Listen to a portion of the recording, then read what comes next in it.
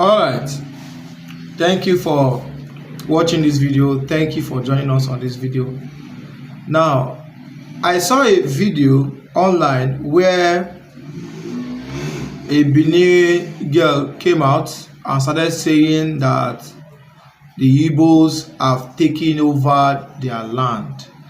Like, a Bini girl came out and said that the Onitsha belongs to Bini, Igbanki belongs to Bini. Some Agbo people coming to say they are from Bini descendants and all of that. Listen, there are things about histories that many of you don't know. All right, many things about history that many of you don't know. You were being told by some set of people does not mean that they are saying the truth until you discover some certain things yourself. Now, I want you to listen to this professor. He have one or two things to say concerning those people, especially who are Igbo people, but instead they are saying they are descendants from the Benis. Watch the video. I have nothing much to say than to say watch this video. And remember, share this video, share it,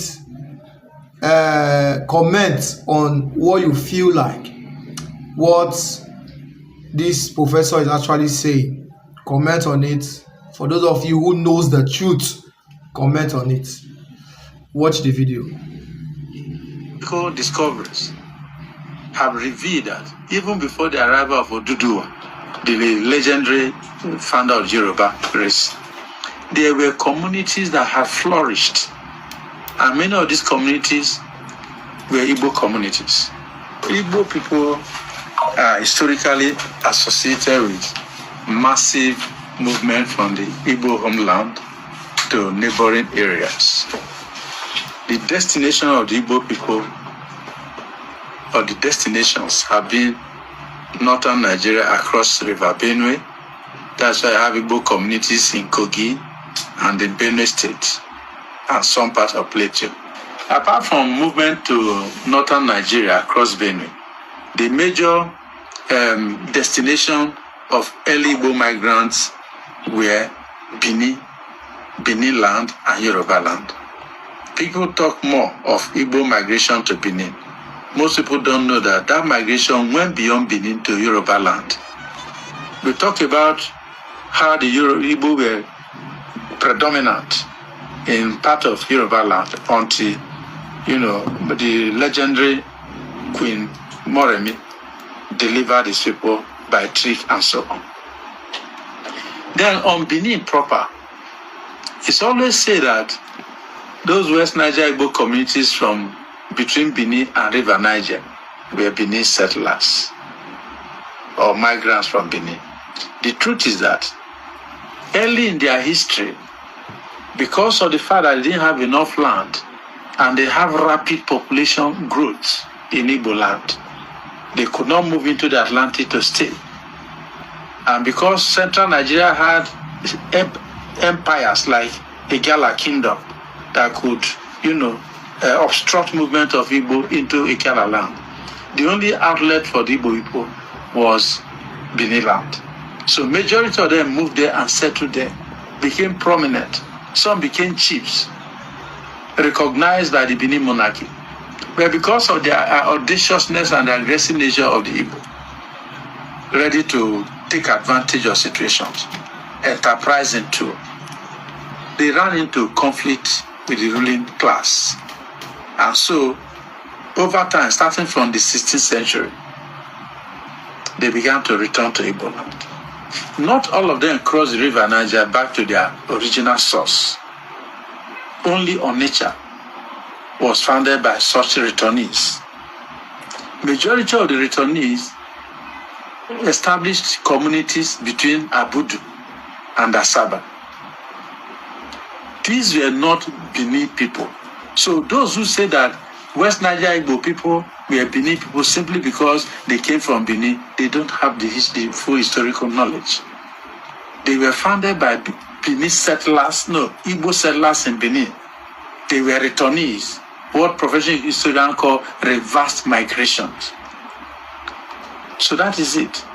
Though when they settled in these communities, Obuluku, Iseluku, Iselenkpiti, Iselazaba, and the rest of them, Abo, yeah, and Abo, more migrants came from Igbo land proper and joined them. Then people came from Igala to join the teeming population. So what I'm trying to say is that it is wrong to say that West Niger Igbo communities were Bini people or are Bini people. Some of them are Bini because when the Igbo were returning, it's not as if they did not return with Bini people. Some have Bini husbands and wives. So no community in West Niger Igbo is ethnologically or ethnically homogeneous, because every community is actually founded by the first set of arrivals and later swelled up by later waves of migrants. That has been the experience of West Niger Igbo area. So the Igbo people who are in West Niger Igbo land claiming they are not Igbo people, they don't know their history, and the Civil War has contributed to that. After the war, there was stigma attached to being an Igbo person, and there was persecution of the Igbo, which has continued. So people, because they want to be secure, to have security in Nigeria, they begin to drop the Igbo name, as has happened in Rivers State. They begin to claim that they are Bini or Igala, whereas they are Igbo people, right from creation.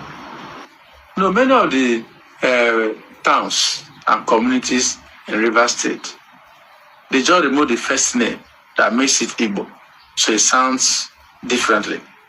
If you are Wike and you move N, you become Wike. For example, I'm not referring to the governor, but I can give you an example. All those communities in Rivers State, like Inquere, like Andoni, they are all Igbo communities. Port Harcourt was established by Igbo people. During the colonial period, many of the properties, majority of the people that called the shots were Igbo people. But today, it's not the situation, because the war forced Igbo people back to Igbo land proper, and their properties, they were abandoned. Well, it becomes worse when you talk of Biafra, but you cannot separate Igbo and Biafra. Igbo is the nationality. Biafra represents the struggle for self-determination. All right, you guys have listened to what this our father have to say, how the Igbo people, because of the River Niger, they could not settle on the river, so they decided to spread themselves to the Benin and also to the Yoruba land. Right now, they started returning back after so many years of staying, of living in Benin and living in the Yoruba. Start coming back home, and that is where you begin to see a place like Isieluku. You see a place like Oboluku, you see a place like Igbanki, you see a place like Agbo, you see a place like, Nkwere and all of that. All those people are Igbo people, according to what he said. All those people are Igbo people. So if you are saying that you are a descendant from the Bini and you are settling in Agbo, you say Agbo people are from Benin. No, they are Igbo people who went to the Benin side to live. And meanwhile, when coming back, to settle down in one or two places, they did not come back alone. You understand? Because many of them get married in that place. Like the Igbo man gets married to a Bini man. And you not go leave your Bini wife there. You not go leave your children there. They have to bring them down to stay with them in their land, and that is what is actually happening as we speak. So for those people who are saying Onitsha belongs to Bini, Igbanke belongs to Bini, Agbo belongs to Bini, Ikwere belongs to Bini. No, according to what this man said, that it is not like that. Despite that, normally before, the Igbo people have been in existence before the Benis, and now they see that they are getting more expand and expand and expand by the day, getting more expand, getting more. So they have to expand to the extent that many of them have to go and live in someone's community, someone's place, which is the Benin and the Yoruba place.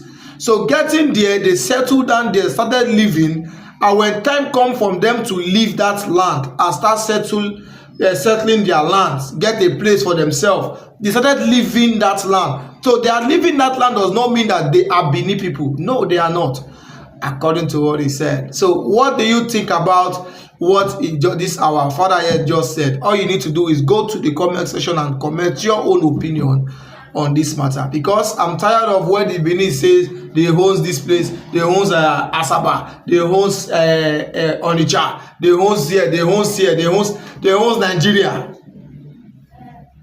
Please, you have heard it all. This is complete history. Complete history. All right, comment on it. Go to the comment section and comment, and let's know your own opinion. Thank you very much.